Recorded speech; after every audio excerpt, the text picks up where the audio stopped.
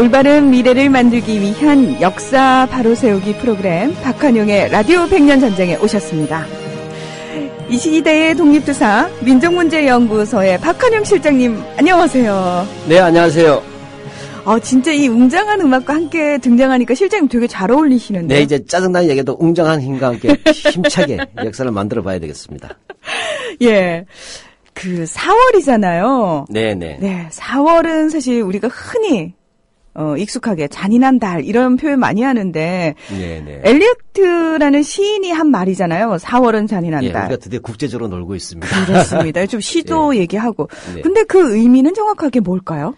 예, 저도 이제 학창 시절에 저도 학창 시절에 있었는데 고1 때인가 4월은 잔인한다 이렇게 하는 들었어요. 근데 그게 무슨 말인지 몰랐어요. 네. 그걸 언제 들었냐? 4월 4.19 때 들었어요. 4.19 주간에. 그때 무슨 주간이 있었어요. 네. 근데 이게 영국 시인 T.S. 엘리어트의 황무지. 황무지. 예, 발음이 무척 안 좋으니까 경상도 콩글리시예요. 또 웨이스트랜드 1922년작이죠. 그게 나오는 말이에요. 그 중에 나오는 기절이 바로 4월은 잔인한 달인데 제가 도저히 영어가 안 되니까 우리 문화 아나운서께서 한번 낭낭하게 영어로 그리고 우리말로 한번 오늘 영어 실력 한번 들어보시겠습니다. 저도 잉글리시가 비컴하는 사람은 아닙니다. 네, 일단 근데 열심히 한번 해볼게요. The Wasteland. April is the cruelest month. Breeding lilacs out of the dead land. Mixing memory and desire. Stirring. The loose with spring rain. 네. 제가 읽으면서 너무 자, 이거를 듣고 청취자분께서 바로 해석하셨다면 두 가지가 되거든요. 하나는 영어를 잘 아시는 분, 두 번째는 대단히 귀가 발달하신 분. 네. 실장님, 지금 저를 이렇게 굴욕 주시는군요. 제가 영어를 못하겠다. 영어 잘하시는 분 보면 질투가 나요. 네. 우리나라 영어가 잘하면 출세의 첫걸음이라 그러잖아요. 근데 사실 저는 영어를 참 못하거든요. 사실 저도 영어하고는 거리가 멀어요. 근데 영어 못해도 저는 사는데 조금 불편하긴 한데 괜찮거든요. 예를 들면 이런 말이 있어요. 자꾸 이제 YS 때라든지 또는 MB 때 보면 영어를 잘해야 이렇게 발전한다 얘기를 했잖아요. 네. 근데 그렇게 얘기하면 박정희 때 자기네들이 고도 성장했다고 하잖아요. 네. 영어 잘하는 사람 없었어요, 별로. 그랬네요? 그다음 일본이 고도 성장할 때 영어를 잘해서 했다고 합니까? 아니요. 전 세계에서 영어 잘해서 된다는 건 없어요. 근데 왜 우리나라는 그렇게 영어에 목을 맬까요? 저는 그것이 내재화된 식민주의라 그래요. 거지근성이라고 할까. 부잣집 흉내내기. 부잣집 흉내내기. 예, 그런 것 같아요. 그러니까 짝사랑하기 그런 건데 저는 반미주의 이런 것이 아니라 냉정해 봤을 때 이런 식의 영어의 과도한 부분은 오죽하면 MB 때 그때 누가 오렌지가 아니라 아렌지를 했잖아요. 코미디예요, 완전히. 실제로 그리고 한때는 영어 돌풍이 불면서 어린아이들, 이렇게 현아 이런 것도 어떻게 교정한다는 얘기도 들었었고. 네. 어디 유치원인가 어린이집에서는 타임이 이렇게 아예 애칭을 영어로 만들어서 한다 그랬었지 않습니까? 네, 맞아요. 근데 저는 영어를 잘해서 하는 게 아니에요. 사실은 한국이 발전하면 영어를 잘해야 할 사람이 잘해야 되는 거예요. 잘해야 될 사람이. 잘해야 될 사람이 잘 못하는 게 MB 같은 사람이에요. 발음도 이상하고. 그렇잖아요. 저는 보니까 영어를 잘해서 해야 될 사람이 하면 되는 것이고, 그 다음에 대부분의 한국인들은 관광 영어도 안 필요가 없어요. 그렇죠, 네. 그래서 저는 과잉 낭비입니다. 저는 이 부분은 하나 뿌리 깊은 식민주의. 또 하나가 있어요. 뭐요? 식민지였고 4대주의니까 그건 동일하게 친다고 봤을 때 하나는 기득권 재생산 과정이에요. 기득권의 재생산 과정이다. 네, 그래서 영어는 그런 역할을 한다고 저는 봐요. 물론 옛날에는 해방 직후에 조선 총독부에서 미 군중으로 인수인계될 때 가장 중요한 게 영어를 할 줄 아는 관료들을 요청했지 않습니까? 그렇죠. 이때부터 영어를 잘해 출시한다는 게 된 거예요. 예, 그렇게 돼 있었고 그 다음에 한국에서 지금 기득권의 재생산 과정과 결합돼 있어요. 엄밀히 하면 영어는 도구잖아요. 그렇죠. 영문학이 아니잖아요. 예. 우리가 잘 생각하세요. 대한민국 사람들 한국말 다 할 줄 알지 않습니까? 네. 그렇지만 사람마다 한국말의 내용이 차이가 지죠. 그렇죠. 그것은 한국어를 잘하는 게 아니라 한국어를 표현할 수 있는 내용적 깊이. 이거 영어로 하면 콘텐츠잖아요. 콘텐츠. 그것이 풍부할 때 한국말이 풍부해질 수 있잖아요. 맞습니다. 그러니까 우리가 교육을 받는다서 언어를 배우는 게 아니라 다양한 풍부한 지식을 언어를 표현할 수 있는 능력을 함양하는 것이잖아요. 그렇게 뭐 영어는 지금 뭐 우리나라는 좀 이상한 거예요. 따라서 이 영어를 6살에 잘한다, 7살에 잘한다 이런 문제가 아니잖아요. 결국 우리나라에서 영어는 도구 학문이기 때문에 네. 이렇게 시험을 볼 때 저는 영어 같은 학문은 점수제로 하면 안 된다는 거예요. 1급, 2급 시험 자격 시험으로 가야 된다는 거죠. 의학은 자격 시험입니다. 보통 다른 언어들은 그렇게 급수로 나뉘지 않나요? 그렇죠. 예, 중국어도 그렇고 1급, 일본어도 2급, 그렇고. 중국. 그렇죠. 근데 왜 영어만 네이티브, 영어 나도 저절로 되네, 네이티브하게. 예. 이게 심각한 문제예요. 왜 그러냐면 89점하고 93점하고 의학 차이가 없어요. 시험에 89점이면 훨씬 먼저 영어를 더 잘할 수도 있잖아요. 네. 우리말도 그렇잖아요. 말솜씨란 게. 그러면요. 예. 그 결국 뭐냐. 우리는 수능에서나 대학 입시에서 1.2점으로 이른바 스카이 대학들 당락이 결정되죠. 그러니까 어떻게 돼요? 지금 MB 정권에서는 외국에 유학 안 가고도 영어를 잘할 수 있게 해주겠다 해서 영어 말을 만들었잖아요. 네. 근데 그 비용이 유학 비용보다 사다고 해도 우리 같은 서민들은 못 들어요. 못 들어요. 예, 못 들어가요. 예. 근데 텔레비에서 무슨 연예인들 먼저 자녀들 외국에 보내놓고 기러기 아빠로 우는데 참 열받아요. 그들은 우리는 없잖아요. 네. 결과적으로 외국에 가는 이유는 말이죠. 영어를 잘하기 위해서 가는 게 아니에요. 단 1점이라도 더 따기 위해서 가는 거예요. 그래서 네이티브 스피커를 만들겠다는 거죠. 따라서 결국은 무슨 일이냐. 영어 마을을 국내에다 만들어 놓은들.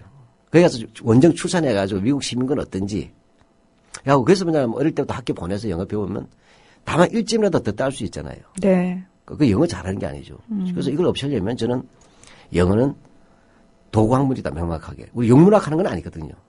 그러면 국가국 차별성을 뒀을 때 고등학교에서 정상적인 과정을 이수했을 때 그 자격만 통과시켜주는 자격시험을 가게 되면 교과서만 열심히 하면 돼. 네. 그렇죠? 네. 왜냐하면 시험을 이상하게 내니까 그런 거죠. 그렇게 해서 뭐냐 교과서만 해서 통과만 되면 대학 시험 능력 주면 되는 거죠. 그런 식으로 우리가 봐가지고 하면 좀 나을 것 같습니다. 뭐 이야기가 좀 많이 빗나갔지만 그것이 1, 2점 더 올린 것은 바로 그런 기득권의 재생산할 때 외국 유학, 조기 유학 보낼 수 있는 그 계층들의 이익이 반영된 거다. 저는 이렇게 보는 거죠. 네. 네. 아유, 이야기 빗나갔습니다. 근데 아까 우리 웨스트랜드. 네, 웨스트랜드. 영어 하셨는데. 네. 번역돼 주셔야 영어가 확인되겠습니다. 예, 친절하게 또 써주셨어요. 그렇게 말씀하시면 안 되죠. 4월은 가장 잔인한 달. 죽은 땅에서 라일락을 키워내고 추억과 욕정을 뒤섞고 잠든 뿌리를 봄비로 깨운다. 예. 자, 이걸 영어 잘한다고 이게 이 뜻을 해석할 수 있을까 이런 거죠. 아니요, 이거는 약간 다른 문제입니다. 조기 유학해서 되는 게 아니에요. 예. 그건 영문화에 대한 이해가 있거나 삶에 대한 관조가 있고 시에 대한 사랑이 있어야 되지 않습니까? 그렇습니다. 이게 굉장히 긴 시예요. 긴 시인데 왜 4월은 우리가 보면 5월이 되면 실록이고 가장 계절의 요항이고 가장 화창하지 않습니까? 그러면 네. 4월은 바로 그것을 준비하는 해잖아요. 그렇죠. 그걸 준비하는 그 과정의 달이죠. 그러니까 4월은 잔인해서는 안 되잖아요. 지금 얼마나 많이 활발하게 꽃이 피고 있어요. 싱그럽고 뭔가 설레는 그런 느낌이어야 되는데. 예, 근데 이 시 제목이 중요한 거예요. 황무지. 예, 황무지에서는 뭐죠? 꽃이 필 수가 없잖아요. 예, 죽은 꽃이 땅. 피잖아요. 네, 예. 죽은 땅이에요. 그래서 뭐냐면 황무지라고 하는 것을 쉽게 말하면 겨울 내내 얼어 죽었던 생명들이 이제 3, 4월이 되면 부활을 약속받았잖아요. 네. 그래서 모두가 생이롭게 죽으면서 부활하고 있어요. 생명으로. 근데 이 황무지만은 그 부활의 약속이 없는 거예요. 그래서 오히려 황무지에게서는 그 4월이 겨울보다 더 잔인한다는 것이죠. 예. 그렇게 다르게 보자면 이것을 또 인간사에다 넣어버리면 네. 전쟁 이후라든지 1차 세계대전 이후에 이게 22년도 작품이니까 유럽사회의 정신적 황폐함, 메마름 이런 것들 속에서 인간이 갖는 일상적 의미가 뭔가 이것을 또 생각해 주는 시죠. 네. 왜 우리가 흔히요. T.S. 엘리엇이라든지 또는 황무지라는 제목은 몰라도 작가는 몰라도 4월은 잔인한 달 이러고 누구나 다 알 정도로 이 시가 한때 시몬 너는 아느냐 낙엽 떨어지는 소리를 하고 그다음에 4월은 잔인한 이 두 개가 그냥 기본 코드였죠. 우리 정말 중고등학교 때. 예, 과도하게 유명했잖아요. 예. 어떤 의미에서는 특별하게 우리나라에서 이 시가 과도하게 유명했던 이유가 있을까요? 특별하게 연구는 안 해봤지만 제 경험상으로 봤을 때 이 T.S. 엘리어트는 1948년에 노벨 문학상을 받았어요. 네. 그다음에 해방 이후에 우리나라에서 모더니즘이 유행합니다. 60년대, 70년대에. 그래서 모더니즘 문학 사조도 영향이 있었겠죠. 네. 그러나 무엇보다도 제가 4월 때 의뢰 이 말을 나올 때 그때는 4월 혁명이라는 개념이 우리한테 와 있었던 것 같아요. 아. 예, 그러니까 4.19가 바로 연상이 되었던 거죠. 그래서 그러네요. 됐단 말이죠. 예, 자. 그렇습니다. 4월 하면 우리가 가장 먼저 떠올려야 될 것은 4월은 잔인한 달이라는 시가 아니라 1960년에 있었던 4.19 혁명입니다. 그렇죠. 이 시는 그래서 다르게 읽히는 거예요. 예를 들면 우리가 바로 1960년 4월 19일은 바로 피해 화요일이에요. 피해 화요일. 엄청나게 많은 사람이 쓰러져 갔다는 것이죠. 바로 경찰 발표로 공식 통계만 해도 훨씬 많지만 이제 공식 통계만 하대로 186명이 죽었어요. 예. 아까운 꽃다운 만물이 꽃이 필 때잖아요. 네. 꽃이 필 때 꽃다운 젊은들이 민주주의를 위해서 쓰러져 죽었지 않습니까? 거기에서 네네. 피를 흘리며. 그래서 오히려 4월은 잔인한 달의 말이 그런 우리 역사 속에서 오히려 해석돼서 확산되었다고 저는 생각합니다. 그래서 4월 참 잔인한 달이 돼버렸는데 오늘부터 3주 동안은 이 4.19에 대해서 마스터하는 시간을 가지는 거죠. 네, 사실은 지난번에 우리가 올해 오늘 방송에 신선조 네. 만주 신일 터볼 때를 하려고 했는데 그러니까 지난 시간에 우리가 보민회를 했었죠. 네, 후속을 해야 되는데 지금 보니까 청취자분들께서 제주 4.3 이야기도 해줬으면 좋았을 걸 한 정도 나왔어요. 그렇죠. 꼭 기억해야 할 왜냐하면 일들이 4.3에 대해서 있으니까. 교학서 교과서가 왜곡을 하고 있잖아요. 네네. 아, 그걸 생각하니까 지금 좀 그런 시적절한 부분을 좀 놓쳤다는 게 너무 죄송했어요. 네, 그렇게 되고 또 이번 4.19를 봤을 때 쉽게 말하자면 적어도 이번 한 달은 4.19 의미를 정확히 알아서 교학책서의 왜곡 바로 잡아내자. 그다음에 현재의 수구 꼴통들의 역사 반동에 대해서 정확히 한번 싸워보자 해서 3회 한번 확실하게 하셨으면 좋겠어요. 네. 자, 광고 듣고 와서 본격적으로 4.19에 대한 이야기 하겠습니다. 얼마나 더 속아봐야 정신 차리실 건가요? 네? 이제 그만 당할 때도 됐잖아요. 중고차 팔 때만큼은 차넷이 제가 받고 팔 수 있게 도와드리겠습니다. 중고차는 차넷, 가격 비교 차넷. 우와, 전국 400명의 전문 딜러에게 무료로 내 차를 평가받을 수 있네. 국민TV 여러분 차를 차넷에서 제대로 평가받고 보상받으세요. 내 차 팔 때 차넷, 제가 팔래 차넷. 우와, 내 차 제가 받고 친구 친지 모두 함께 차넷에서 팔고 주유 쿠폰 받고 중고차는 차넷. 비교할수록 올라간다. 차넷 내 차 가격 비교 서비스. 1688-8249, 1688-8249를 눌러주세요. 옥션 모터스에서도 차넷을 만나보세요. 비 내리는 호남선이 신익희 선생님 죽음 때문에 그냥 유명해졌다고요. 그렇죠. 우리가 보게 되면 아까 황무지가 4월 혁명하고 관계가 없지만 연상이 되어지듯이 네. 이 비 내리는 호남선 1954년에 이 박춘석 작곡에 손노원 작사, 그다음에 손인호란 분이 노래를 취입했어요. 그러니까 이건 사실은 이별가잖아요. 네. 그런데 이 노래를 취입해서 녹음을 했는데 그 1년 뒤에, 그다음에 레코드가 발매된 지 얼마 안 돼 가지고 1956년에 바로 제2대 정부 대통령 선거죠. 바로 이승만에게 맞붙었던 야당의 신익희 후보가 바로 호남 유세 도중에 서거합니다. 사망합니다. 네.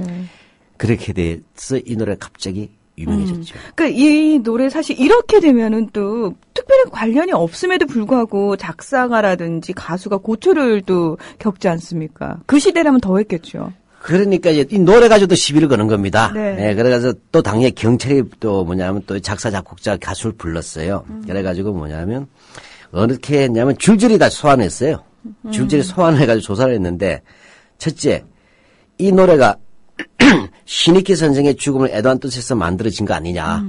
하여튼 지멋대로 해석하는 겁니다. 네. 그 다음에 이 가사를 신익희의 부인이 작사한 거 아니냐. 세상에.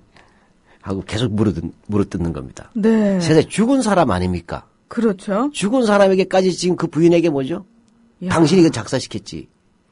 야 기억나지? 요즘 노무현 대통령 때 예, 참, 예. 예나 지금이나. 그다음에 또 하나는 또 이들이 또 이렇게 민감해진 이유가 또 민주당에서 당가처럼 불리고 있다는 거예요. 나중에 박지계 공화당은 동백 아가씨를 당가처럼 불렀는데. 네. 그런데 외색도 판정을 받았죠, 그 노래는. 그래서 사실이 조사 결과 신익희가 죽기 3개월 전에 만들어졌다. 이렇게 해서 혐의가 풀렸대요. 아이쿠야. 그런데 이때 이 노래 불렀던 사람이 손인호 씨라고 해요. 네. 해운대 엘리지 이런 노래 불렀어요. 제 고향이 해운대인데. 이 양반 아드님의 어떤 증언에 따르자면 가수도 불려갔는데 조사관이 어떤 감정을 갖고 노래했냐고 묻더랍니다. 아이고, 예. 그러니까 가수가 기가 막히잖아요. 네. 그래서 아니 가수는 감정을 가지고 노래하지 감정 없이 부르면 그게 노래가 됩니까? 그게 가수입니까? 라고 그렇죠. 예. 하여튼 뭐 이런 식으로 뭐냐면 됐답니다. 진짜 이런 표현 쓰기 싫습니다만 세상에 대중가요마저도 개고생을 했습니다. 예, 나중에 한번 좀 뭐냐면 이제 우리 대중가요 한국 정치사를 다뤄봐도 한 2년 방송분이 나와요.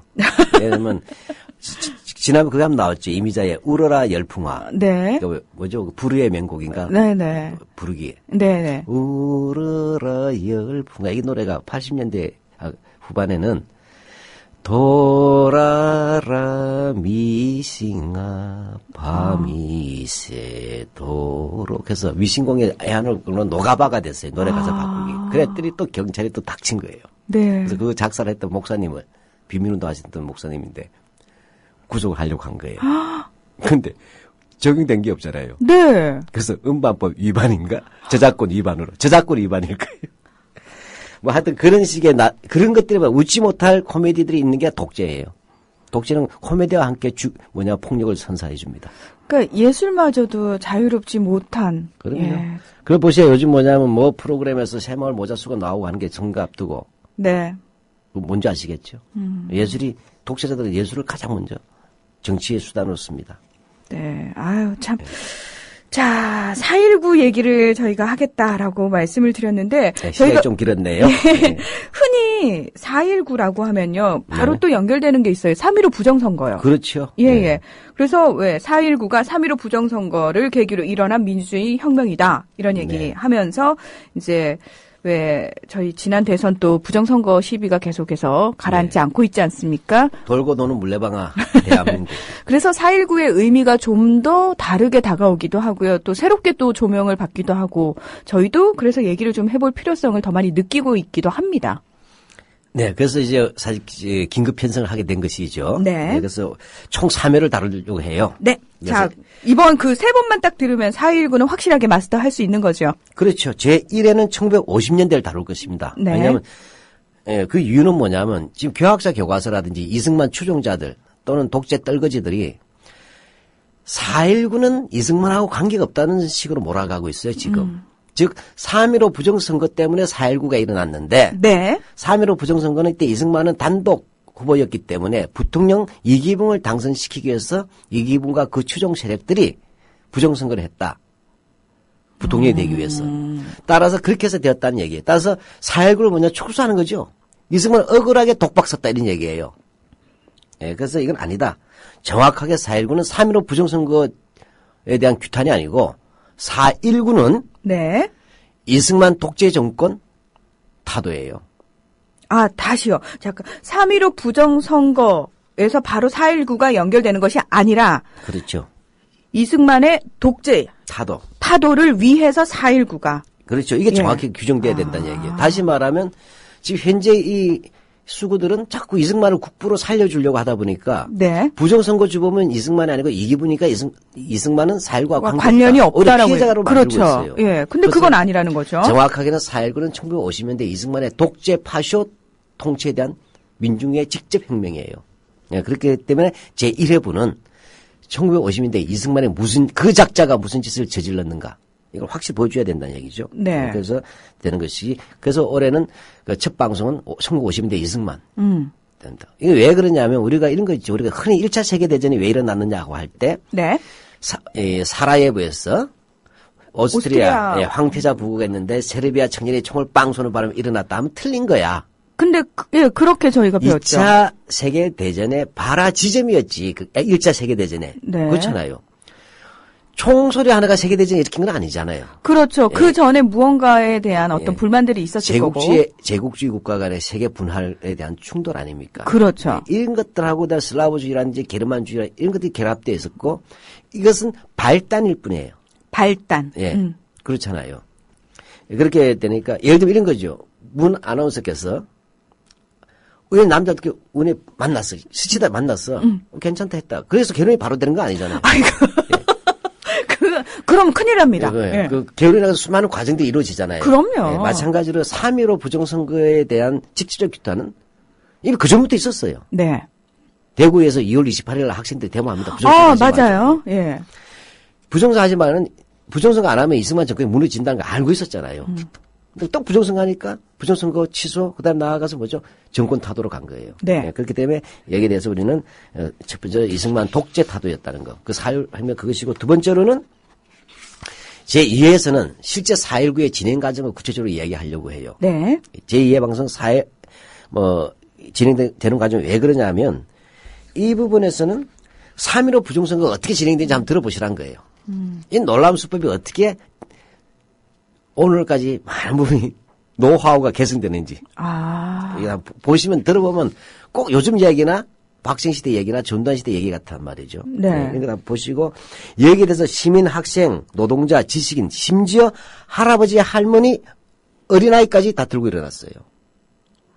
그래도 그때는요, 예. 전 국민이 똘똘 뭉쳐서 예. 정의감이 살아 있었어요. 예, 그렇죠. 예. 여기에 대해서 경찰이 또 발표한 거 아닙니까? 네. 발표한 거죠. 그다음에 더 중요한 것은 이승만이 이때 얼마나 집요하게 자기만 면피하려고 꼼수 썼는 걸 알려드리고 싶어요. 네. 그래서 이기붕한테 독박 씌우려고 하던 그 시기 이야기. 그래서 지금 또 독박 씌우려고 하는 거죠. 네. 그러다가 이승만의 꼼수가 안 통하죠. 이제 4월 25일 날 교수 데모가 있었고, 근데 이승만이 하야하죠. 그 미국이 따시켜버립니다. 이승만을. 군부도 등 돌리고. 그래서 이제 이기붕 일가가 집단 자살인데 집단 의문사라고 저는 봐요. 네, 미스터리라고 저는 보는데. 그렇게 하면서 4월 혁명이 1차 승리는 하죠. 네. 그렇게 하면서 허정 과도 정부가 들었을 때까지를 이해로 다룰 것입니다. 네. 구체적인 내용을 알아야 되겠죠. 다음 주는 4.19 주간이 되니까. 그렇죠. 예, 그 다음에 3회에서는 사실은 이제 왜 4월 혁명을 우리가 흔히 미완의 혁명이라 부르는가. 그러니까 완성되지 못한 혁명. 또는 4월 어거라고도 부르죠. 학생 어거. 네. 4.19 어거, 또 4.19 운동하는데 이런 용어들이 어떤 의미가 있는가 이런 것들을 이제 검토하는 거죠. 즉 역사적 의미겠죠. 네. 그리고 더 어렵게 얘기하면 그 4.19의 현재성, 오늘날의 의미를 이제 찾아보는데 그러기 위해서는 그 당시 4월 혁명 이후에 정권을 거저먹었던 장면 정권이 있죠. 민주당 정권. 그다음에 이 민주당 정권의 정책과 그다음에 더 중요한 것은 4.19 일어났는데 뭐니까 뭐를 앞으로 하자는 얘기죠. 그렇죠. 따라서 뭐냐 드디어 4월 혁명으로 발전합니다. 4.19가 정권 타도에서 이젠 정치, 경제, 사회, 문화, 그다음에 남북관계, 통일 문제까지 이것을 새롭게 나가면서 진정한 혁명으로 발전시키려는 민중들의 흐름. 그 여기에 대해서 뭐죠? 군합발, 5.16 군부 쿠데타의 반동까지. 네. 해서 혁명이 좌절되는 과정을 다룸으로써 4월 혁명의 역사적 의미가 뭐였고 우리 시대에 4월 혁명은 무엇을 숙제로 남겨주고 있는가 이렇게 하면 3부작이 됩니다. 네. 프랑스 혁명 3부작이 아니라 4.19 혁명 3부작 우리가 꼭 한번 다뤘으면 좋겠습니다. 네, 박한용의 라디오 100년 전쟁을 함께 하시면은 누구보다 4.19 혁명에 대한 어떤 수준이요. 정말 최상급의 수준으로 아실 수 있을 것 같고요. 예, 사기를 최소한 못 치게 만들 수 있죠. 그렇죠. 그러니까 그 누구와 이야기를 해도 정당한 근거를 가지고 말씀을 하실 수 있게 저희가 만들어 드리겠습니다. 그리고 저는 그 민족문제연구소 회원으로서요. 예, 고맙습니다. 우리 식구입니다. 예, 저희 연구소가 참 자랑스럽고 참 대단하다고 느끼는 게 어떤 부분이냐면요. 네. 굉장히 많은 일들이 정말 바쁘신데 네. 정말 많은 일들을 그 시의적절하게 하시더라고요. 근데 최근에 제가 받은 메일은 그거였어요. 4월 혁명의 길을 따라라는 제목으로 역사기행을 준비한다라는 네. 그런 메일이 또 와가지고. 예, 우리가 작년에 5회에 걸쳐서 서울 역사 기행을 한 적이 있었어요. 네. 그때 색다른 이제 기법을 했는데 서울의 각 지역의 역사 현장과 그때 체험자들, 네. 그다음에 전문 강사를 결합해서 기행을 했었어요.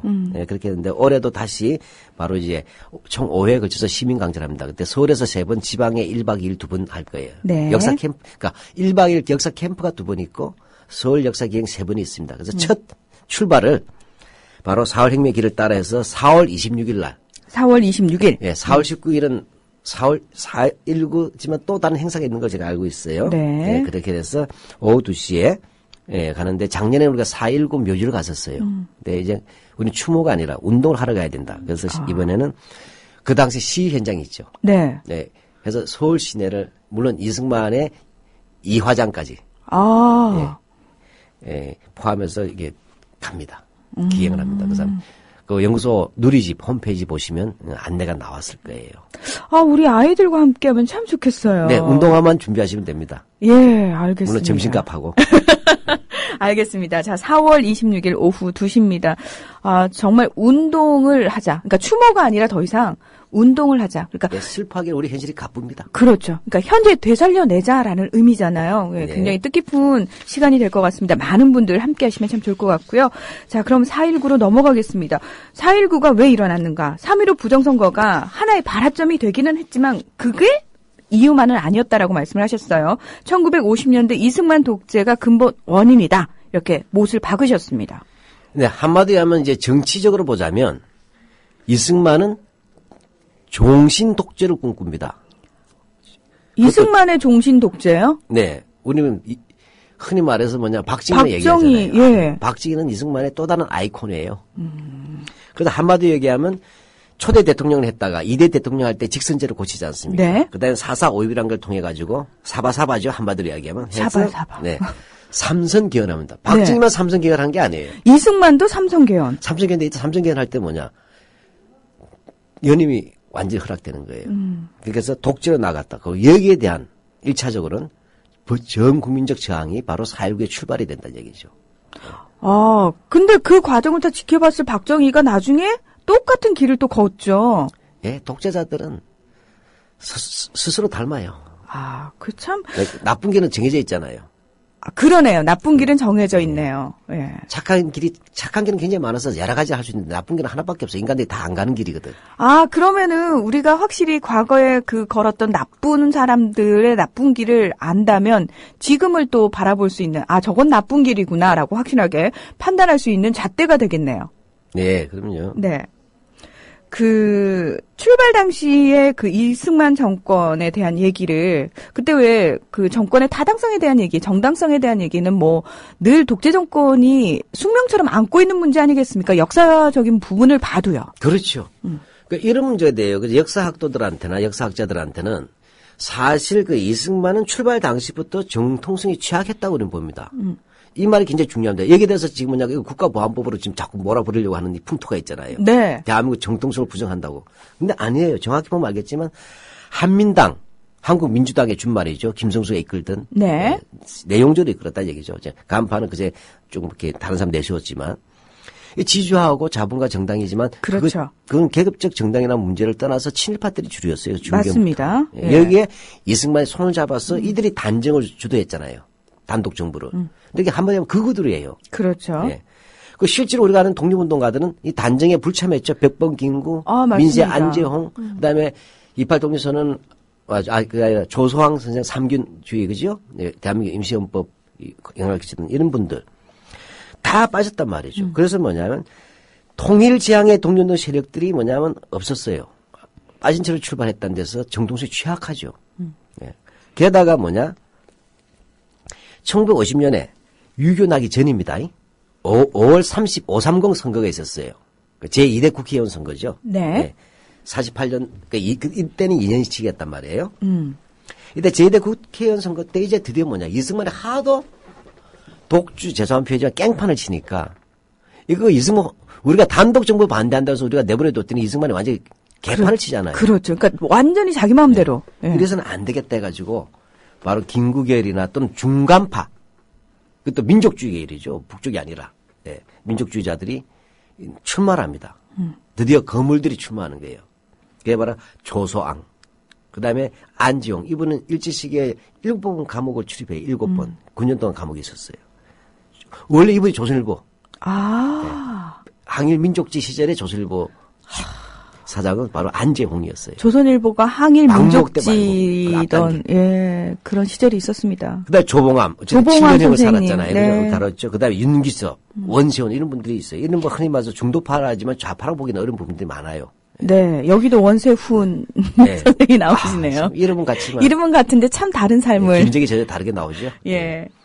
이런 분들이 나오는 겁니다. 그래서 그러니까 당연히 당선됐죠. 실장님 그런 것 같아. 에이 더러워. 그래 니네끼리 잘해 먹어라라고 외면했다가 난리가 나니까 아 이래선 안 되겠구나. 이래서 지금 이분들이 합류를 하신 거잖아요. 그러니까 미꾸라지 한 마리가 분탕치를 치고 있으니까 이거 안 되겠다 해서 정화하러 들어가신 거예요. 네. 그러니까 당연히 대중들이 열광했죠. 그럼 잘 보시죠. 6.25가 일어나기 전이면 불과 2년 만에 한민당 있잖아요. 네. 이게 이 한민당이 때는 민주국민당의 이름을 바꿨었어요. 했는데 24석밖에 못 얻었어요. 그 전체 의석수의 11.4%. 그러니까 100명 중에 11명 아주 완전 축소돼 버렸죠. 네. 그다음에 이승만을 지지하는 또 이제 똘마니 정당이 있었어요. 그러니까 대한국민당이에요. 이게 똑같이 24석 11.4%예요. 근데 무소속 대부분 무소속 출마했잖아요. 네. 으로 출마한 사람들이 126명이 당선됩니다. 60%예요. 그러니까 이때 국민들의 정치 의식이 굉장히 높다라는 의미예요. 그렇죠. 이미 딱 뭐죠? 바닷물을 다 마셔봐야 짠 거 아니잖아요. 네. 이승만 아니다. 한민당 저거 안 되겠구나. 나를 개파야 돼. 진짜 독립운동가 나오고 이들은 무소속으로 출마하니까 기존의 정당에 대해서 환멸 느낀 거잖아요. 와. 다시 제1공화국을 만들었던 주력 세력들에 대해서 합쳐봤자 22%에서 23%밖에 안 돼요. 그러니까 정당하게 투표로 심판을 한 거예요. 네. 예, 그렇게 하면서 친일 단정 세력, 친일파와 단독 정부 세력이라는 부분이 완패된 셈이죠. 이야. 자, 이렇게 국민들의 지지를 받아서 강력한 견제 세력이 등장을 했습니다. 네. 그런데 어떻게 이승만의 독재가 가능했느냐? 또 이게 의문이거든요. 하여튼 전쟁이 살려줘요. 아. 이 보게 되면 6.25 전 때문에요. 자, 6.25가 일어나면서 우리가 잘 아는 조소왕, 안재홍, 원세훈, 윤기수 사실 이런 분들은요. 항일독립도 굉장히 이승만보다 훨씬 높습니다. 네. 이승만이 미국밖에 더 있었나요? 상해 잠깐 들린 거 외에는. 그 이승만 중간에 공백도 많았잖아요. 그렇죠. 넘었을 때 넘었을 때 독립도 안 한다는 게 있었잖아요. 이 사람은. 예. 나이가 하기가 더 중요한 게 있었잖아요. 예. 그래서 이분들이 다 나쁘게 돼요. 아. 다시 말하면 이승만과 맞설 수 있는 민족주의 지도자죠. 네. 우파 민족주의 지도자들이 다 나쁘게 되는 겁니다. 예. 이렇게 해서 정치적 지도력이 약해지게 됩니다. 대항마들이. 두 번째는 이 전쟁이 되니까 뭐예요? 계엄이 일어나겠죠. 전시하에서. 그렇겠죠. 그건 뭐죠? 바로 이승만의 권한이 강화됩니다. 전쟁이라는 시기에는 상당히 많은 정권이 위임이 될 수밖에 없는 분위기가 있잖아요. 또 이렇게 되니까 뭐죠? 이승만은 이걸 자기 독재로 한다. 그래서 국가가 무소불위하는 강력한 억압기구, 다른 말로 하면 국가 테러리즘의 시대로 돌입할 수 있는 조건을 만들어줬습니다. 그러면 이걸 견제할 수 있는 게 입법부잖아요. 입법부죠. 그런데 예. 이승만이가 입법부 그런 건 개나 줘버려. 입법부를 따시켜버리고 행정부가 우위에 서는 것이 나와요. 자, 국회를 무시한다는 얘기죠. 그러니까요. 사실 행정부는 지금도 그렇습니다만 정권의 시녀라고 표현하지 않습니까? 예. 그러니까 다시 말해서 전쟁이 이 이승만이라는 독재자에게 이 권력을 아예 통째로 안겨주는 그런 역할을 하게 되네요. 예. 그걸 또 냉큼 받아먹는 게 이승만 아니겠어요. 네. 받아먹을 때 그 뭐냐면 고기 육질을 쫀득쫀득하게 해주는 놈들이 있어요. 그게 바로 경찰, 군, 관료죠. 행정부의 관료라는 것은 기능의 관료라. 예를 들면 억압기구, 국가 테러리즘의 강화잖아요. 따라서 뭐죠?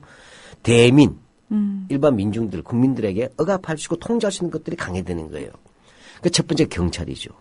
두 번째 군대죠. 세 번째가 뭐냐? 관료, 부정선거, 관권선거, 그 다음에 일반적으로 대민 통제는 공무원들이 했잖아요. 네. 그래서 이들이 강화돼서 이들이 이승만의 충성스러운 개들이 되는 것입니다. 예, 그래서 먼저 경찰을 한번 볼까요? 경찰이 이제 전쟁이 나잖아요. 이렇게 네. 되니까 뭐냐면 일단 전쟁이 일어나자마자 비상경비사령부에서 즉시 경찰을 재편성합니다. 그렇게 해서 뭐냐? 군대는 전쟁을 해야 되니까, 전투를 해야 되니까 일단 검문 검색 기능이 있지 않습니까? 또는 후방 치안 확보. 또 하나는 이른바 전쟁 후에도 계속되지만 잔존 공비 소탕. 그다음에 군경 합동 토벌 작전. 그다음에 또 하나가 부역자 처리 아시죠? 네. 이런 것들을 통해서 경찰이 뭐냐면 아주 막강하게 됩니다. 예. 그래서 어떻게 되냐면 1953년 당시에는 경찰이 무려 6만 3천여 명이에요. 이거 엄청난 겁니다. 그 당시 인구에서. 그러다가 이제 59년 4.19 직전이죠. 되면 3만 3천여 명으로 해서 이제 절반 정도로 줄었어요. 그렇다 하더라도 뭐죠? 그 기능은 그대로, 권한과 기능은 그대로 가지고 있는 거죠. 아, 그 전쟁 당시에 그 기능. 권한들이. 네, 권한들. 개들은 덥석 고기를 안 내놓습니다. 그 이승만은 뭐죠? 그걸 충실한 개로 지금 키우고 있잖아요. 굳이 그 권한을 뺏을 보사견, 이유가 없는 거죠. 네. 후견으로 지금 양성하고 있는 거예요. 네. 주인인 국민을 물어뜯는 걸로 양성하고 있잖아요. 근데 더 큰 문제가 있었어요. 이때 이 경찰이 그러면 민주화될 가능성이 없었느냐? 그럴 가능성이 없었어요. 일단 대통령 의지가 없잖아요. 네. 또 하나는 출신 성분이 문제가 되는 거예요. 1960년 5월 달에 그 동아일보 기사를 보게 되면 1960년까지 경찰의 고위 간부의 70%, 그 다음에 부관급 있죠? 네. 부관급이 15%, 사복 형사의 20%, 정복 경찰의 10%가 일제 경찰 복무자예요. 그러니까 일본 식민지 시대에 경찰을 하시던 분들이 고스란히. 분이라고 하는 놈들이죠, 사실. 예. 정명사상. 바른 이름을 지어줘야죠. 아유, 예, 죄송합니다. 잘 보십시오. 밑에 정복 경찰이나 사복 형사는 좀 말단이잖아요, 비교적. 네. 거기는 나이가 어리니까 적죠, 친일파들이. 아무래도 그렇겠죠. 그 고위 간부가 70%라는 말이 중요한 거죠. 이렇게 되면 안 바뀌죠. 해방 초기에 친일 경찰들이 승진한 거예요. 계속 승진한 거죠. 그러니까 상층부는 완전히 일제 때는 일제에 충성하던 개들이 이제는 이승만을 주인으로 한 거죠. 그래서 네. 뭐냐면 어떤 놈들이겠어요. 경찰은 민중의 지팡이가 아니라 민중의 몽둥입니다. 그런 식으로 예. 가게 만드는 것이 이승만이라는 것이죠. 이렇게 경찰의 기능, 권한이, 그러니까 말 그대로 말씀하신 것처럼 투사견이 돼가고 있었기 때문에 3.15 부정선거 때 사실은 경찰이 탄압에 제일 선봉에 설 수 있었던 거겠죠. 그렇죠. 예. 그래서 뭐냐면, 자, 이제 이해가시죠? 교학사 교과서가 영어로 한번 해볼까? 리마인드? 재생돼야 될 때입니다. 네. 4.19, 자, 지금 무슨 얘기를 하고 있냐면, 지금 경찰의 이상 비대죠. 그렇죠. 두 번째로 대민 통제 역할을 하고 있죠. 그 다음에 친일 간부 중심이죠. 그 다음에 3.15 부정선거 때 탄압에 제일 선에 섰잖아요. 그래서 뭐냐면 사실은 이상 비대한 경찰이고, 그 다음에 발포 책임, 실제 총 쏘는 사람들 아니에요. 그렇죠. 예. 그래서 장면 정권, 4.19의 장면 정권이 경찰을 징계를 안 할 수가 없잖아요. 하고 두 번째 감축 안 할 수가 없잖아요. 그렇습니다. 당연한 것이잖아요. 네. 이것에 대해서 교학사 교과서는 뭐라고 하냐. 이때 뭐냐면 수많은 경찰들을 징계하고 지방으로 발령하고 그다음에 해고시킴으로써 안보에 구멍이 나서 5.16 쿠데타는 쿠데타도 아니에요. 지들 입장에서. 5.16 군사혁명의 내용이죠. 일어날 수밖에 없었다 해서 경찰을 잘랐기 때문에 5.16은 일어날 수밖에 없다. 안보를 지키기 위해서. 이때 개소리를 하고 있는 겁니다. 네. 자, 예전에 저희가 교학사 교과서 이제 조목조목 잘못된 부분들을 따질 때 아마 그 부분이 이제 생각이 나실 것 같아요. 이런 사실을 알고 계신다면 그 교학사가 얼마나 사기인지 아시겠죠. 네. 자, 당연히 너무 비대해져서 사실은 정상적으로 저희 요즘 대통령 많이 하시는 비정상의 정상화를 꾀한 거였는데 마치 그것이 안보에 구멍을 내서 5.16 군사 쿠데타가 당연히 일어날 수밖에 없는 상황으로 갔다라고 몰고 가고 있는데 자, 그렇다면 궁금한 게요. 경찰이 이렇게 비대해지는 동안 군은 어땠는지 궁금합니다. 예, 군은 사실은 해방 직후에 군은 뭐냐면 어느 한 정치학자가 일본군이 한국군으로 둔갑했다고 한탄할 정도였어요. 일본군이 한국군으로 둔갑했다. 예. 쉽게 말하면 강복군하고 그다음에 일본 육사 출신하고 그다음에 만주 군관에 박정희 같은 계통이 있고 그렇죠. 여기에 이제 학병 출신이 있었잖아요. 네. 근데 이 주인은 일본 육사하고 만주 국장교 출신이 핵심이잖아요. 강북군 다 왕따 당하잖아요. 이 자체에서 체계적으로 원천적 문제가 있고 두 번째 전쟁이 나니까 군인이 엄청나게 늘어났겠죠. 네. 그래서 어느 정도냐 휴전 후에 53년 휴전 후에 약 72만 명이었어요. 지금은 어느 정도 되죠? 지금 이렇게 안 될걸요. 허기는 이 정도까지는. 제가 고등학교 때까지 그런 군사 교육을 많이 받았어요. 60만 명, 60만 대군이라 그랬어요. 교령 과목이 있었죠. 예. 근데 어찌됐건 이 군대는 그래도 어느 정도 통제가 가능했던 부분이 있었어요. 왜냐하면 1954년에 한미 합의 의사록에서 유엔 사령관 희화에 있었어요. 그러니까 유엔사에 그렇죠. 통제를 받는 거죠. 승인이 필요하죠.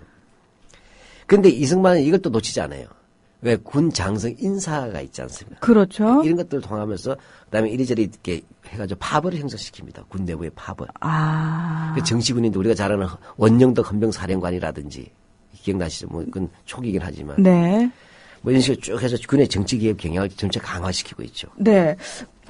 아까 이승만의 충성스러운 개들이 경찰이 있고 군이 있다고 얘기를 했어요. 그리고 또 하나, 관료층이 있다고 말씀을 하셨거든요. 사실 관료들도 부정선거, 네. 이 관권선거에 개입을 하지 않았습니까? 그렇죠. 군과 경찰은 탄압하는 직접적 수단이잖아요. 네. 군은 직접적 나오기는 어려운 상황이지만 관료야말로 모든 일상생활을 진짜 진정하면서 통제할 수 있지 않습니까? 그렇죠. 네. 근데 이 뭐냐면 이 관료들이 늘어납니다. 늘어나는데 왜냐하면 전쟁 와중에 징병 업무가 늘어나잖아요. 네. 또 징세 세금 걷는 것, 또는 치안 유지가 늘어나죠. 그러니까 많은 것들이 관료 비대화돼요. 그래서 관료에 대한 수요가 증대가 됩니다. 또 다른 쪽에 수요가 증대가 안 되니까 직장이 없으니까. 근데 문제는 이때 뭐냐면 과거 총독부 관리들이 대구충원 지키는 겁니다. 아. 관료들 이제 나중에 다시 지금 얘기는 할 거예요. 관료들이 이제 어떻게 해서 이승만의 친일 파들이 어떻게 이승만한테 요직을 했고 4.19 직전에 이들이 주력이 돼요.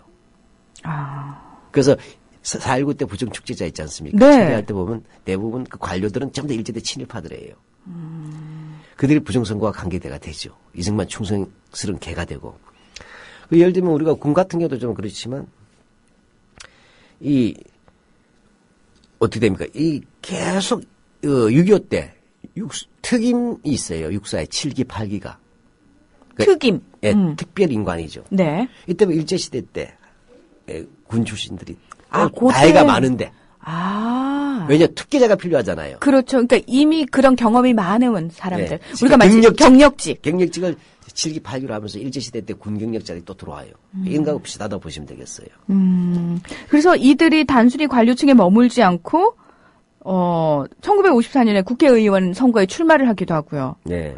그러니까 다시 말해서 정말 친이승만 세력이 정치 세력화가 네. 되는 그런 상황인데 저는 얘기 들으면서 그 생각했어요. 6.25라는 전쟁이 우리 민족에게 정말 큰 비극 아닙니까? 아직까지도 현재성을 띠고 있는 그렇죠. 비극인데 독재자와 친일파에게는 어떤 의미에서는 가문을 살리는 기회였네요. 그렇죠. 뉴라이트가 그런 말을 했잖아요. 일제 강점기에 전시 총동원 체제가 되니까 일본 사람들이 끌려갔다. 그래서 조선 통일부 자리가 비었다. 회사에도 위에 높은 관리직이 비었다. 이때 뭐냐면 조선인들에게는 승진의 기회가 왔다. 대부분은 징병 중요 가운데 뉴라이트 이렇게 쓰고 있어요. 대한교과서라고 하는 데다가. 그 다음에 해방이 왔는데 친일파들 다 청산당할 뻔했는데 미군이 오니까 또 조로의 찬스가 생겼죠. 네. 뭐 이런 식으로 나간단 말이죠. 자, 이런 식으로 사실 친일파가 이런 체질 자체가 뭐죠? 이미 제1공화국을 이끌던 이승만 정권은 정통성 자체가 취약했지만 이제 정통성 자체도 무너지는 단계가 된 거예요. 내용적으로는. 네. 이런 식으로 행정권이 비대해지고 이승만 충성 집단들이 이 권력을 장악하면서 막강한 이승만이 이젠 드디어 입법부를 무시하니까 번번이 국회와 충돌하게 됩니다. 네. 다시 말하면 대한민국이 법치국가라는 말을 부정하는 단계로 가는 거죠. 근데요, 늘 그렇습니다. 사실 삼권 분립이라고 하고요. 적절하게 견제와 균형, 저희가 뭐 교과서에서 그렇게 배우지 않았습니까? 네네. 하지만 어느 한쪽이 비대해지고 어느 한쪽이 또 무시를 당하고 힘이 약화되게 되면 반드시 문제가 생기지 않습니까? 그렇죠. 한마디로 입법 무시한 거잖아요. 네. 근데 이미 사실 민심은 정작 떠나 있었어요. 왜 그러냐 가장 큰 민심 위반 중에 하나가 이승만이 수도 서울을 사수할 테니 국민들은 동요하지 말라고 그 집 방송하고 지는 튀었잖아요. 네, 대전으로 도망갔잖아요. 네, 잽싸게 튀었잖아요. 네. 이것이 알려지면서 정말 배신감 느꼈잖아요. 네. 정작 그 말을 믿고 남았던 사람들은 어떻게 돼요? 상당수가 부역을 할 수밖에 없잖아요. 그렇죠. 그거 강정 안 할 수가 없지 않습니까? 그 전쟁 때 그냥 동원하는 거니까. 그런데 뭐 어떻게 돼요?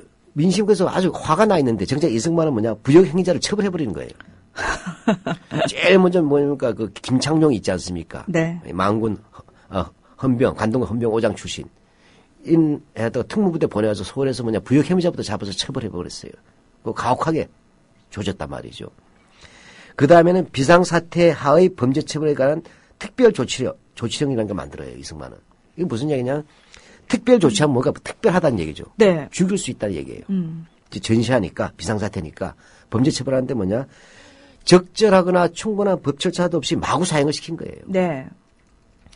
그러니까 이때 국회가 보수적인 국회잖아요. 아마 중도파가 있었다 하더라도 크게 보면 이 국회가 너무 심하거든. 그래서 이 전쟁, 그래서 이 국회가 우리가 잘 봐야 돼요. 그래서 이 전쟁 와중에도 국회에서는 부역행위 특별처리법을 새로 만들자. 아니 그게 그렇게 급했을까요? 아니 국회는 제동을 건 거예요. 이승만. 그러니까 여기다 제동을 거는데 이승만이 가장 먼저 돌아와서 해야 될 일이 그거였을까요? 정말 그렇게 지금 이승만 사실 사표를 내야 돼요. 책임을 져야죠. 그러니까 본인이 어떤 의미에서는 대통령으로서 국민들을 책임지지 못했다라고 그렇죠. 먼저 사죄를 해야 되는 상황이었지 그런데 정당고죠. 않습니까? 애꿎게 희생당한 국민들을 부역행위자로 처벌하고 그다음에 사형을 할 때도 웬만하면 죽여라 아니에요. 이렇게 하니까 국회에서 이거 미쳤나 해가지고 부역행위 특별처리법을 하고 사형금지법을 제안합니다. 오죽하면 사형금지법이 나왔겠어요. 전시하에서. 그런데 또 이승만 정부가 거부권을 합니다. 거부권 행사에. 그래서 그러니까 국회가 이때는 뭡니까 무소속이 더 많잖아요. 네. 그래서 무소속이 주도해서 국회가 강행 통과를 시켰어요. 그래서 그나마 미치광이 제 날 때는 이 이승만 정권에 대해서 전쟁 중에 우리가 요즘 과거사 할 때 한국 전쟁 전후에 인권유린과 민간인 학살 문제 있지 않습니까? 네. 그나마 이거 좀 제동을 걸려고 한 거예요. 이게 네. 1950년 11월 13일이에요.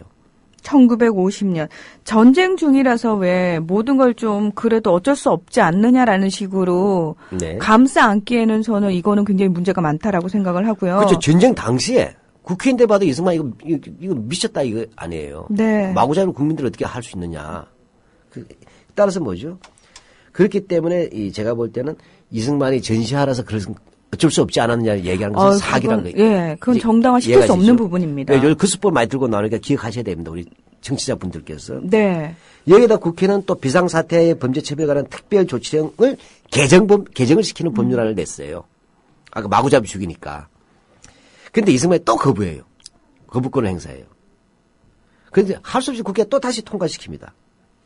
얼마나 국회가 이거 화가 났냐면 이때는 이제 우리가 좀 이따 얘기할 부산 정치 파동이 있죠. 네, 부산 정치 바로 그 파동. 와중에서도 1952년 6월 5일 날 통과시켜요. 이거 정말 이승만이 이거 쉽게 말하면 뭐죠? 사냥개 뭐라고 그럴까요? 저게 뭐가 이렇게 살인마라면 표현은 좀 그렇습니다만 하여튼 위험한 사람에게 칼을 주면 안 되잖아요. 그렇죠. 그걸 제동을 건 거예요. 네. 이런 사람을 어디서 국부라면서요. 한자 다시 써야 될 것 같아. 정말 예, 국부의 뜻을 모르는 겁니까? 아유, 예, 그렇습니다. 그 외 이 시기에 가장 크게 문제가 된 것이 거창 민간인 학살 그리고 국민방위군 사건이지 않습니까? 이거 진짜 이승만 정권의 악정 중에 하나 아닙니까? 이거는 우리가 반드시 또 짚고 넘어가야 될 것 같아요. 자, 지금 흔히 교학사 교과서는 이승만이 6.25 때 뭐냐면 대한민국을 지키는 영웅이라고 얘기하잖아요. 미친 소리예요. 개소리예요, 이거는. 이때 뭐냐면 이승만 시기에 있었던 걸 보다 거창 민간인 학살 사건이 있었어요. 1951년 2월 11일입니다. 네, 그다음에 이건 국군 11사단이 제9연대가 저지른 악행이에요. 네. 거창 지역에서 이른바 공비나 좌익들을 소탕한다면서 민간인들을 수백 명을 죽여버렸잖아요. 애기 할머니까지. 이게 나중에 뭐냐면 알려진 거 아닙니까? 고향 출신 국회의원을 통해서. 네. 알려졌어요. 이렇게 되니까 뒤집어졌죠. 지금 잘 들으세요. 전쟁 중이라도 어쩔 수 없다가 말이 안 되는 거죠. 네. 그 당시에도 벌컥 뒤집어진 거예요. 그래가지고 국회에서 뭐냐? 내무부, 법무부, 국방부와 함께 합동조사단을 조직했어요. 그렇게 해서 지프차를 타고 현장으로 갔습니다. 네. 가는데 어떻게 해요? 김종원이라는 작자가 있어요. 김종원. 예. 그 당시 계엄사령부 민사부장 헌병부사령관이에요. 그러니까 계엄사령부 민사부장 겸 헌병부사령관인데 이 친구가 매복을 시킨 거야, 자기 부하들을. 네. 해가지고 그걸 공비로 이장시켜서 총을 쏴버린 겁니다. 국회의원들에게. 그래서 돌아오게 만든 거예요. 그래서 조사를 못하게 한 겁니다. 자꾸 욕이 나와서요. 제가 지금 순간적으로. 간이 배 밖으로 나도 엄청 나온 거죠. 이 김정은이는 일제시기에 지원병 하사관 출신이에요. 일본군 지원병 하사관 출신입니다. 이른바 지가 백두산 호랑이로 불렸다고 하는데 아주 거의 포악하게 짝이 없는 인간이에요. 이게 이제 거창 민간인 학살 사건에 관련된 얘기고 국민방위군 사건에 대해서도 설명을 좀 해주셔야 될 것 같아요. 이게 마지막 이해가 되겠네요. 네. 국민방위군 사건은 1951년 3월달에 일어나요. 이제 쉽게 말하면 전쟁 때 나가지 않은 이제 인력들 있잖아요, 남자들. 그러니까 만 17세부터 40세 이하의 이제 장정들이죠. 이들을 뭐냐면 제2국민병으로 편성한 거예요. 쉽게 말하면 예비군으로 만든 거예요. 네. 그렇게 해서 이들은 뭐냐면 이제 편성해가지고 후송을 했다고요, 기차로. 네. 근데 뭐냐, 겨울에 후송했는데 어떤 수송수단이나 그다음 안전조치나 그다음 어류 지급 이런 게 하나도 없었어요, 식량. 그래가지고 잘 생각해 보세요. 후송하는 과정 중에서 5만 명 이상의 장정이 쉬와 굶주림으로 죽었어. 3개 사단 갖고 온 사람이. 아니 그러면은 모집을 하지 말든지요. 개판이잖아요. 세상에 굶겨주기 멀쩡한 사람이 기차에다 얼어 죽은 거예요. 기차 안에서. 이런 것이 바로 국민방위군 사건이에요. 놀랬죠. 여기에 대해서 뭐냐. 이게 왜 열이 발칵 뒤집어지지 않습니까? 지금 예를 들어 문희정 씨 동생이나 혼자 결혼해서 자식이 있다 할 때 저 같은 자식이 얼어 죽었다 굶어서. 그러니까 생떼 같은 내 자식이 네. 멀쩡하게 잘 있는 내 자식을 군인 만들겠다고 데려갔으면은 예. 제대로 하든지. 예. 추위와 굶주려 죽었던 게 싸우다 죽은 것도. 싸우다 죽은 것도 아닙니다. 예. 예. 근데 문제 여기서 끝나지 않고 이때 이 뭐냐면 간부들이 무려 23억 원에 되는 돈을 횡령했어요. 물자들을. 그 당시에 23억 원이요? 예. 그다음에 곡식 5만 선 이상을 해쳐먹은 거예요. 양국은. 예. 그렇게 해서 뭐냐면 충격적이죠. 그렇게 했는데 뭐냐 이승만은 뭐냐 신성모가 국방부 장관이니까 국방부 장관 사임으로 대충 넘어가려고 한 겁니다. 그리고 관계자들한테는 아주 가벼운 형량만 때려버렸어요. 말이 안 되잖아요. 5만 명이나 굶겨 죽여놓고서 동사시키고 그렇게 되니까 도저히 안 되니까 그때 초대 부통령이 뭐냐면 임시정부 그 요인 출신인 이시영이라는 분이에요.